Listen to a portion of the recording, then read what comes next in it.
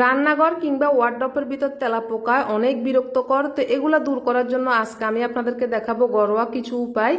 আসলে খুব সহজ পদ্ধতিতে এই তেলাপোকাগুলা কিন্তু দূর হয়ে যাবে। এখানে কিছু ন্যাপথলিন নিয়ে নিয়েছি, আমি এগুলা ব্যবহার করা ন্যাপথলিন নিয়ে নিয়েছি, দেখতে পাচ্ছেন একটুখানি ছোট হয়ে গেছে। আপনারা চাইলে যেটা নতুন ন্যাপথলিন ওইটাও ব্যবহার করতে পারেন। আমার যেহেতু এগুলা আমি ব্যবহৃত ন্যাপথলিন নিয়ে নিয়েছি, একটু ছোট হয়ে গেছে, আমি এখানে 5টা ন্যাপথলিন নিয়ে নিয়েছি একটু ছোট সাইজের ব্যবহৃত। তো এটা আমি যে কাজ করব এখন আপনারা দেখতে পাচ্ছেন, এখানে একটা পলিথিন নিয়ে নিয়েছি।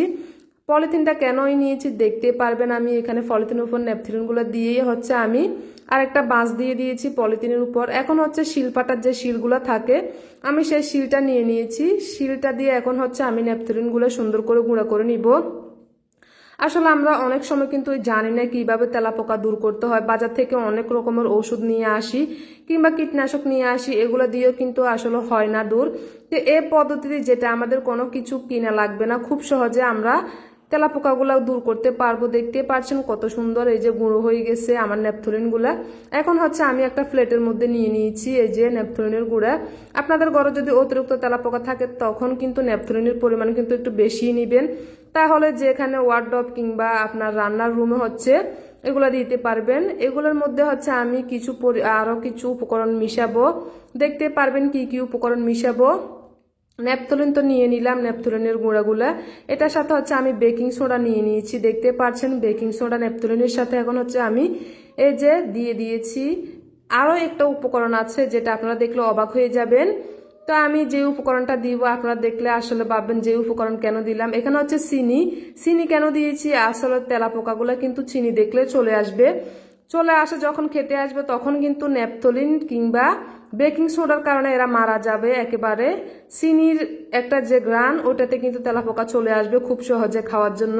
আর ন্যাপথলিন হচ্ছে, তারপরে হচ্ছে এখানে যে বেকিং সোডাটা দিয়েছি ওটার যে একটা দুর্গন্ধ, যে একটা ওটার কারণে কিন্তু তেলাপোকাগুলো একেবারে নিমিশে মারা যাবে। তো দূর হয়ে যাবে এরকম করে কিন্তু আপনারা প্রতিদিন না কয়েকদিন পর পর যদি দিয়ে থাকেন একেবারে তেলাপোকা থাকবে না। পুরো ওয়ার্ডরোব কিংবা আপনাদের যে জায়গায় তেলাপোকা খুবই জ্বালাতন করো ওই জায়গায় যদি দিয়ে থাকেন তাহলে কিন্তু তেলাপোকা আর কখনোই আসবে না। তো এই উপকরণগুলো আমি হচ্ছে ভালোভাবে মিশিয়ে নিচ্ছি। ভালোভাবে মিশিয়ে হচ্ছে আপনারা যে গুঁড়াগুলো হচ্ছে আশেপাশে ওয়ার্ডরোবের ভিতর রান্নার রুমে ছিটিয়ে ছিটিয়ে দিয়ে দিবেন। এতে করে আপনাদের একেবারে সুন্দরভাবে তেলাপোকাগুলো কিন্তু দেখবেন রাত্রে দিয়ে দিবেন, সকালে কিন্তু সবগুলো মারা যাবে। তাহলে কিন্তু একেবারে সবগুলো তেলাপোকা নিমিশে মরে যাবে, দেখতে পারবেন। কিন্তু যখন ব্যবহার করবেন, আমি আসলে আপনাদেরকে দেখিয়ে দিয়েছি কিন্তু ব্যবহার করে আমি দেখালাম না যে কিভাবে তেলাপোকা মরে। আসলে আমার বাসায় তেলাপোকা অতটা দেখা যায় না, এই জন্য আমি শুধু আপনাদেরকে দেখানোর জন্য এই উপকরণটা তৈরি করেছি। তো আশা করি কিন্তু আপনারা উপকৃত হবেন যদি এরকম করে ব্যবহার করে আপনারা দিয়ে থাকবেন। আপনাদের যে ওয়ার্ডরোব অনেক জায়গায় কিন্তু তেলাপোকা আসলে অনেক বিরক্তকর, এগুলা কিন্তু কাপড় চোপড় নষ্ট করে, বিভিন্ন খাবার নষ্ট করে। তো এগুলা থেকে দূর করার জন্য এই সাধারণত আমি যে ঘরোয়া পদ্ধতি তৈরি করলাম এটা দিলে নিমিশে চলে যাবে তেলাপোকা।